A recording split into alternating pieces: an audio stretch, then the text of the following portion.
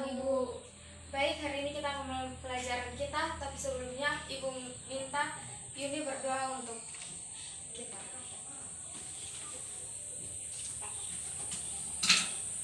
Baik, sebelum kita mulai aktivitas belajar mengajar kita, mari kita terlebih dahulu mengawalinya dengan doa. Dan izinkan saya membawakan doa ini menurut agama dan kepercayaan saya, Kristen Protestan. Doa mulai.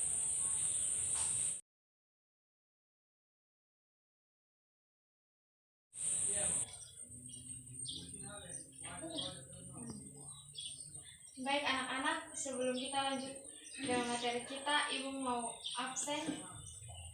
Jelita, hadir Bu. Yuni, Hadir, Bu. baik. Ibu mau tanya tentang Baik, sekarang Ibu mau tanya tentang materi minggu lalu yang sudah Ibu berikan. Ada yang masih ingat? Masih, Bu. Ada yang bisa menjelaskan kembali? Materinya belum. Baik, kalau semuanya sudah masih ingat tentang materi minggu lalu, Ibu akan masuk kepada materi hari ini. Kita akan belajar tentang klasifikasi manusia purba yang ada di Indonesia.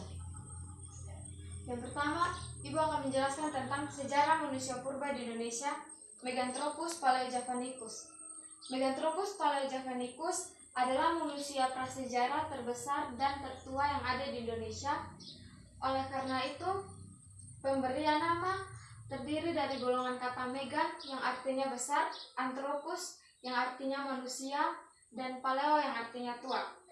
Manusia purba ini pertama kali ditemukan oleh Van Koningswald di daerah Singgelang, Provinsi Jawa Tengah. Jadi, manusia purba Meganthropus paleojavanicus ini berarti manusia raksasa yang berasal dari Pulau Jawa dan diperkirakan sebagai manusia purba yang tertua di Indonesia, dan juga manusia purba ini disebut sebagai salah satu fosil manusia purba yang paling primitif. Dan yang berikut adalah Pithecanthropus erectus. Pithecanthropus erectus adalah manusia purba yang berbadan tegak dengan tulang punggungnya yang kuat. Selain itu, tinggi badannya mencapai 165 sampai 175 cm dengan berat badannya sekitar 100 kg. Pithecanthropus erectus mampu berjalan tegak dan makanan yang dikonsumsinya minim dalam proses pengolahannya. Kata Pithecanthropus sendiri artinya manusia yang berjalan tegak dan lurus, dan asal kata Pithecanthropus ini dari kata phytos yang artinya kera, dan para tim menemukan fosil tengkoraknya di Ternil, Ngawi pada tahun 1891. Nama Pithecanthropus erectus sendiri berasal dari bahasa Yunani dan Latin yang memiliki arti manusia kera yang dapat berdiri tegak. Jadi anak-anak, Pithecanthropus erectus ini ditemukan oleh Du Bois di Ternil dan juga ditemukan pada tahun 1890 dan mula-mula didapatkan dari tulang rahang yang penyebabnya dilakukan mendalam ke lapisan bumi di daerah itu. Pithecanthropus ini dijuluki sebagai manusia kera yang dapat berdiri tegak.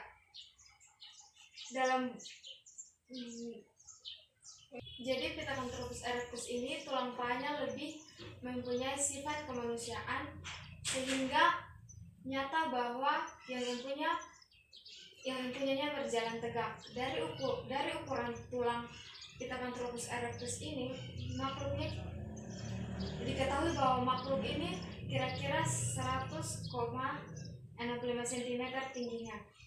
Gerahamnya lebih besar dari geraham dari manusia, biasanya menunjukkan sifat-sifat asli kera. Oleh karena itu, bagian-bagian itu ditemukan berjauhan, maka banyak ahli yang mula-mula membimbingkan pendapat Du Bois bahwa kesamaannya harus berasal dari satu makhluk. Pertanyaan, apakah makhluk itu? Du Bois sendiri mendapatkannya di antara manusia dan kera karena sama-sama sudah berjalan tegak. Makhluk ini adalah kera, tentu lebih tinggi tegaknya, dan jenis kera ini pun berpendapat bahwa makhluk ini mengakui bahwa adalah manusia purba Homo soloensis. Manusia purba Homo soloensis adalah jenis manusia purba yang paling muda dibandingkan dengan manusia purba lainnya yang ada di Indonesia. Fosil Homo soloensis ini ditemukan pada tahun 1931 sampai 1934 di Lembah Bengawan Solo. Nah, saat itu mereka merupakan fosil tengkorak karena volume otaknya diduga sangat berbeda dengan manusia purba. Sangat berbeda dengan manusia purba lainnya karena Homo soloensis ini volume otaknya setara dengan manusia zaman modern ini. Baik anak-anak, mungkin materi kita sampai di sini. Anak-anak, jadi manusia purba Homo soloensis ini volume otaknya setara dengan manusia purba di zaman modern ini. Manusia purba Homo soloensis ini berbeda dengan manusia purba Pithecanthropus erectus ataupun Meganthropus. Manusia purba Homo soloensis ini ditemukan di tahun 1931 dan 1934, itu belum lama. Jadi dia masih setara dengan manusia modern zaman sekarang. Baik, anak-anak, kita akan masuk dalam baik, kalau sudah ada beberapa pertanyaan yang akan Ibu ajukan kepada kalian. Baik, kalau semuanya sudah paham, Ibu akan mengajukan beberapa pertanyaan kepada Yuni terlebih dahulu. Pertanyaan yang ingin Ibu ajukan adalah, pada tahun berapakah Pithecanthropus erectus ini ditemukan? Baik, Pithecanthropus erectus ditemukan pada tahun 1890 oleh Eugene Du Bois di dekat Trinil, sebuah desa di pinggir Bengawan Solo, tak jauh dari Ngawi atau Madiun. Mula-mula didapatkan dari tulang rahang. Hal mana yang menyebabkan dilakukan? Anak-anak, jika kalian sudah paham tentang materi yang Ibu sampaikan hari ini, Ibu akan mengajukan beberapa pertanyaan kepada kalian.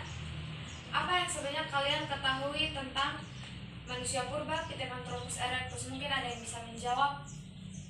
Saya, Bu. Baik, silahkan. Homo erectus atau Pithecanthropus erectus, yaitu berarti manusia yang berdiri tegak, adalah jenis manusia yang telah punah dari genus Homo. Eugene Du Bois menemukan Pithecanthropus erectus pada tahun 1890-an yang menggambarkannya sebagai Pithecanthropus erectus atau manusia Jawa. Berdasarkan fosil tempurung kepala dan tulang paha yang ditemukan oleh timnya di Trinil, Ngawi, Jawa Timur.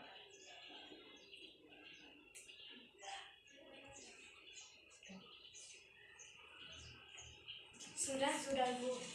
Baik, terima kasih buat jawaban yang sudah diberikan, yaitu Eugene Du Bois yang menemukan manusia purba Pithecanthropus pada tahun 1860-an, yaitu manusia Jawa.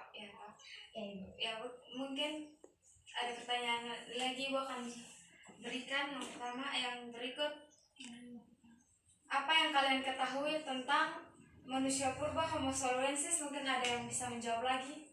Saya, Bu. Baik, silakan. Homo soloensis adalah hominid atau manusia purba yang diperkirakan hidup di daerah Sungai Begawan, Solo, purba pada zaman batu tua atau Paleolitikum. Sudah itu. Baik, terima kasih. Homo soloensis diperkirakan hidup pada zaman Paleolitikum. Baik, yang berikut materi kita hari ini sampai di sini saja, dan hari ini kita akan mengakhiri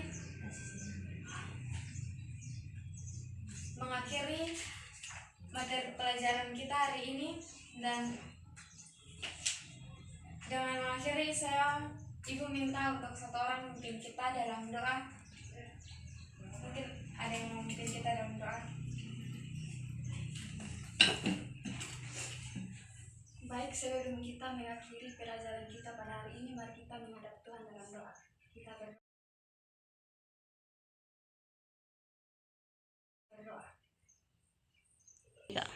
Baik anak-anak, sekian materi kita sampai sini. Mungkin kita akan lanjut minggu depan ke materi yang baru. Baik. Baik, selamat siang. Siang, Bu.